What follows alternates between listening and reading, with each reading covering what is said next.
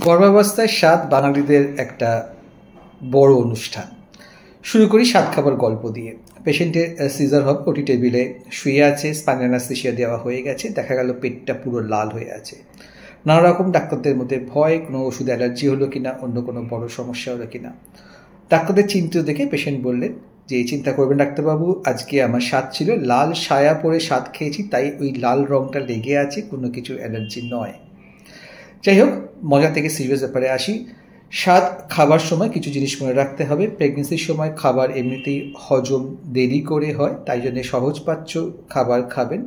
দেখা গেছে স্বাদের পরে প্রচুর ফোন আসে আমাদের কাছে যে ডায়রিয়া বা বমি হচ্ছে, তাই জন্য খাবারের দিকে নজর রাখবেন।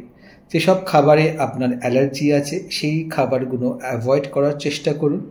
যদি প্রেগনেন্সির সময় ডায়াবেটিস থাকে, বিশেষ করে যদি আপনি ইনসুলিন নেন, মিষ্টি মেপে খান, ইনসুলিনের ডোজ ভুলবেন না।